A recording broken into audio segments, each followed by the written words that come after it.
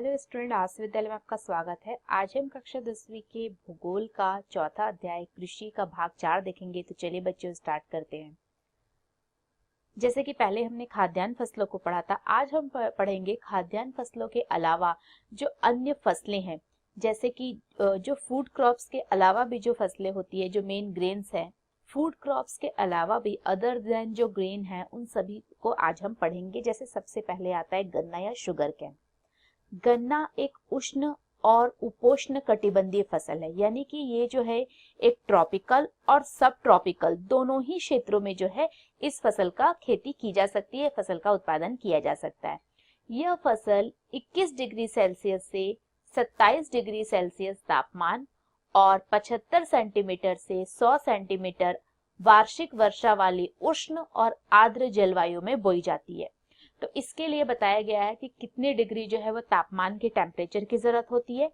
तो इसके लिए हाई टेम्परेचर की भी जरूरत है, और इसके साथ साथ ये उन क्षेत्रों में भी उगाई जाती है जहां पे ज्यादा वर्षा होती है, मतलब 75 सेंटीमीटर से 100 सेंटीमीटर तक जहां वार्षिक वर्षा होती है, उन क्षेत्रों में जो है इसकी खेती ज्यादा की जाती है।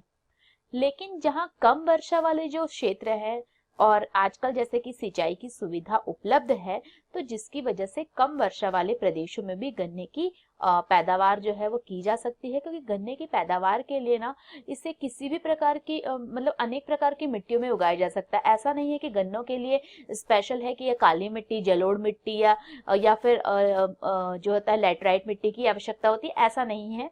ये जो है अनेक प्रकार की मिट्टियों में इसे उगाया जा सकता है। इसीलिए इसकी जो है बुआई संभव है कि यहाँ बहुत सारे क्षेत्रों में जो है इसकी बुआई की जा सकती है, इसको उगाया जा सकता है। लेकिन इसकी बुआई से लेकर कटाई तक बहुत ज्यादा शारीरिक श्रम की आवश्यकता होती है। लेकिन गन्ने की जो खेती होती है उसमें जो किसान होता है उसको खुद इन्वॉल्व रहना पड़ता है। इसके साथ साथ जो होता है उसको बहुत ज्यादा श्रम की भी, शारीरिक श्रम की भी आवश्यकता होती है, क्योंकि ये काफी मेहनत का काम होता है। इसकी बुआई से लेकर इसकी हार्वेस्टिंग तक का जो समय होता है वो। ब्राजील के बाद भारत गन्ने का दूसरा सबसे बड़ा उत्पादक देश है। तो भारत गन्ने का मतलब भारत में शुगर कैन का सेकंड लार्ज प्रोड्यूसर है, कंट्री है, किसके बाद? ब्राजील के बाद। और गन्ने का यूज किस लिए किया जाता है? देखिए, गन्ने से चीनी, गुड़, खांडसारी और शीरा बनाने के काम में आता है। उत्तर प्रदेश, महाराष्ट्र, कर्नाटक, तमिलनाडु, आंध्र प्रदेश, तेलंगाना, बिहार, पंजाब और हरियाणा गन्ना के मुख्य उत्पादक राज्य हैं। अब इसके बाद हम बात करेंगे तिलहन या ऑयल सीड्स की। तिलहन मतलब ऐसी फसलें जिससे कि हमें तेल मिलता है, जो तेल को हम यूज करते हैं ना घर में, वो जो होता है। तो ऐसी कौन कौन सी फसलें हैं उसे हम देखेंगे, इसलिए उसे तिलहन कहा जाता है। 2015 में भारत विश्व में चीन के बाद दूसरा बड़ा तिलहन उत्पादक देश था। 2015 में कोरिया के उत्पादन में भारत का विश्व में कनाडा और चीन के बाद तीसरा स्थान था।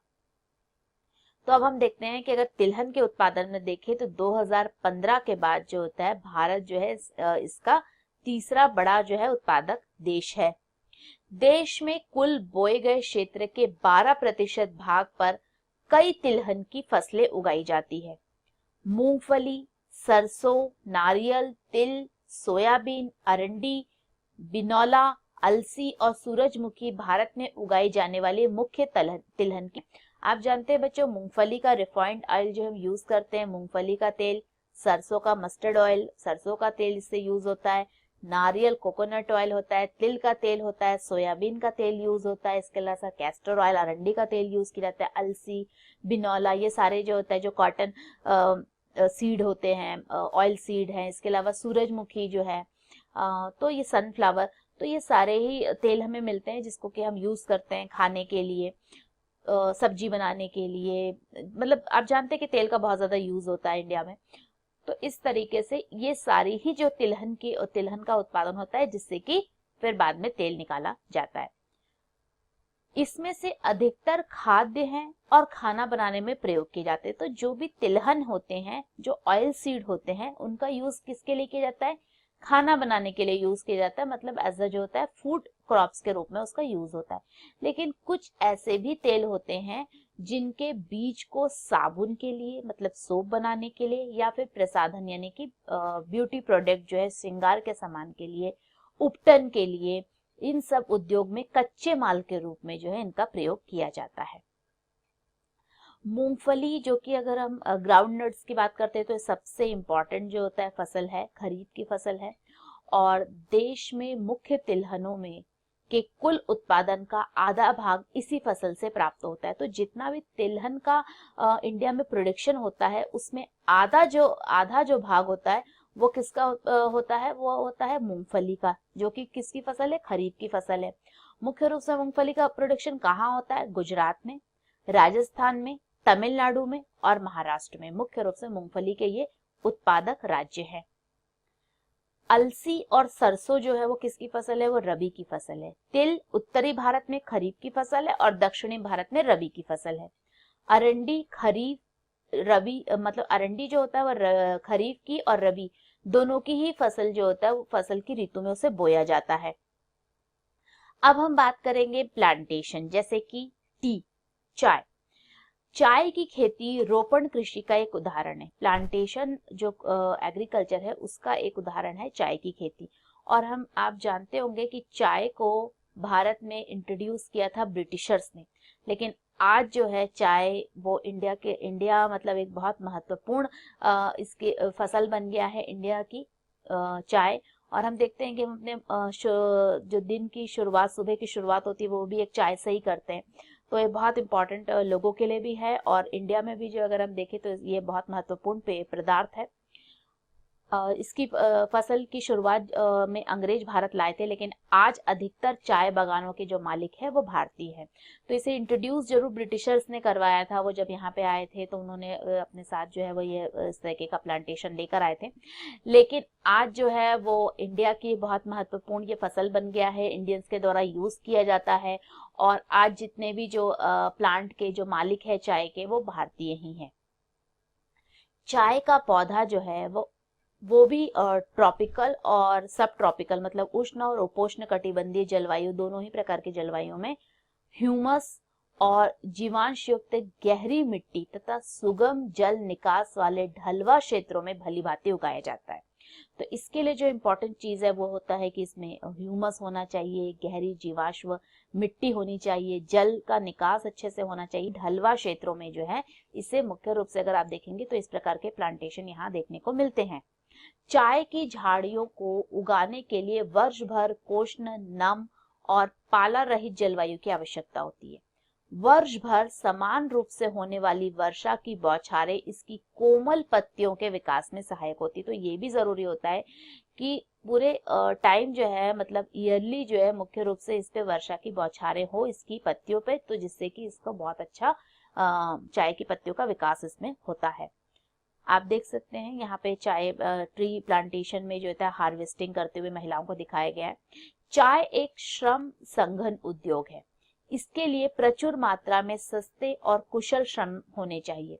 इसकी ताजगी बनाए रखने के लिए चाय की पत्तियां बगान में ही संसाधित की जाती है और चाय के मुख्य उत्पादक क्षेत्रों में असम, पश्चिम बंगाल, दार्जिलिंग और जलपाईगुड़ी जिलों की पहाड़ियां और तमिलनाडु और केरल है। तो जो चाय का जो खेती होती है उसके लिए बहुत ज्यादा मात्रा में हमें श्रम की आवश्यकता होती है, लोगों की आवश्यकता होती है और ऐसे श्रम की आवश्यकता होती है जो बहुत कम पैसों में सस्ते रूप से मिल जाएं। इसके साथ साथ अगर हम देखते हैं तो सबसे ज्यादा जो टी का जो प्रोडक्शन होता है वो कहाँ जो होता है इसका प्रोडक्शन ज्यादा होता है, तो वो होता है असम में, पश्चिम बंगाल में, दार्जिलिंग की चाय, असम की चाय, ये सब फेमस होती है नाम से ही। जलपाईगुड़ी जिले की पहाड़ियों में और तमिलनाडु और केरल में होता है। इसके अलावा भी हिमाचल प्रदेश, उत्तराखंड, मेघालय, आंध्र प्रदेश और त्रिपुरा आदि राज्यों में भी चाय उगाई जाती है। सन 2015 में भारत विश्व में चीन के बाद दूसरा बड़ा चाय उत्पादक देश है। तो चीन के बाद जो होता है सबसे लार्ज स्केल पर जो चाय का प्रोडक्शन हो रहा है वो इंडिया में हो रहा है। इसके बाद हम कॉफी की बात करेंगे। कॉफी जो है वो भारतीय कॉफी अपनी गुणवत्ता के लिए विश्व विख्यात है। मतलब ये जो क्वालिटी यहाँ मिलती है वो उसकी डिमांड विश्व में इतनी ज्यादा है जो इंडिया में ही प्राप्त होती है। हमारे देश में एक कॉफी की एक टाइप है अरेबिका, तो अरेबिका किस्म की कॉफी पैदा की जाती है जो प्रारंभ में यहाँ आई थी, यमन से जो है वह यहाँ लाई गई थी। और इस ये जो अरेबिका किस्म की जो कॉफी है इसकी डिमांड जो है वर्ल्ड भर में है, पूरे इंडिया में नहीं बल्कि इंडिया के बाहर पूरे वर्ल्ड में इसकी बहुत ज्यादा डिमांड है। इसकी जो कॉफी की कृषि की शुरुआत जो है वो बाबा बदून पहाड़ियों से हुई थी और आज भी इसकी खेती नीलगिरी की पहाड़ी के आसपास कर्नाटक, केरल और तमिलनाडु में की जाती है। तो जहां से जो बाबा बदून की पहाड़ियां जो कि नीलगिरी के पास थी, तो वहां से जो ये शुरू हुई है कॉफी की खेती, तो ये बहुत ज्यादा जो है इनका प्रसार बाहर नहीं हुआ। आज भी अब वही नीलगिरी की पहाड़ी और उसके आसपास जो कर्नाटक है, केरल है, तमिलनाडु है, वहीं पर ही मुख्य रूप से कॉफी की खेती की जाती है। इसके बाद हम करेंगे बागवानी फसलें। बागवानी मतलब हॉर्टिकल्चर जो क्रॉप्स होती है, तो वो कौन होते हैं, मतलब कि फल, फूल, सब्जियां, ये सब इसके अंतर्गत आते हैं। सन 2015 में भारत का विश्व में फलों और सब्जियों के उत्पादन में चीन के बाद दूसरा स्थान था। भारत उष्ण और शीतोष्ण कटिबंधीय दोनों ही प्रकार के फलों का उत्पादक है। भारतीय फलों जिसमें महाराष्ट्र, आंध्र प्रदेश, तेलंगाना, उत्तर प्रदेश और पश्चिम बंगाल के आम, नागपुर और चेरापूंजी यानी कि मेघालय के संतरे, केरल, मिजोरम, महाराष्ट्र और तमिलनाडु के केले, उत्तर प्रदेश और बिहार की लीची, मेघालय के अनानास, आंध्र प्रदेश, तेलंगाना और महाराष्ट्र के अंगूर और हिमाचल प्रदेश और जम्मू कश्मीर के सेब, नाशपाती, खुबानी और अखरोट की विश्व भर में बहुत मांग है। मैंने कुछ ऐसे क्षेत्र बताए हैं, कुछ ऐसे रीजन बताए हैं जो विशेष रूप से इस फल या सब्जियों के लिए जो है वो बहुत ज्यादा फेमस है। अगर हम बिहार की बात करते हैं तो वहाँ पे लीची का जो है सबसे पहले हमें देखने को मिलता है कि वहाँ लीची का बहुत ज्यादा प्रोडक्शन होता है। अगर हम केरल की बात, महाराष्ट्र की बात, तमिलनाडु की बात करते हैं तो वहाँ के केले होता है। इसके अलावा महाराष्ट्र, उत्तर प्रदेश, बंगाल की बात करते हैं तो वहाँ के आम हैं। जम्मू कश्मीर की बात करते हैं तो वहाँ के सेब होते हैं। तो इस प्रकार से जो अलग अलग क्षेत्र है वहाँ पे अलग अलग जो है वो फसलों के लिए वो बहुत ज्यादा फेमस है। So what did we learn today, हमने क्या पढ़ा और क्या सीखा। तो बच्चों आज हमने देखा कि फूड क्रॉप्स के अलावा भी जो कुछ ग्रेन है उन सब चीजों को हमने देखा कि लाइक जैसे शुगर कैन हो गया, और इसके अलावा हमने इसके बाद हमने ये भी देखा कि कौन कौन सी अलग अलग, जैसे शुगर कैन को हमने देखा, ऑयल सीड को देखा, तिलहन को समझने की कोशिश की। उसके बाद हमने देखा कि जो भारत में जिनका उत्पादन होता है। इसके बाद हॉर्टिकल्चर फसलें मतलब बागवानी की फसलों को हमने देखा। फिर चाय देखा, प्लांटेशन क्रॉप्स कौन कौन सी है, चाय है, कॉफी है। तो इन सभी चीजों को आज हमने समझने का प्रयास किया।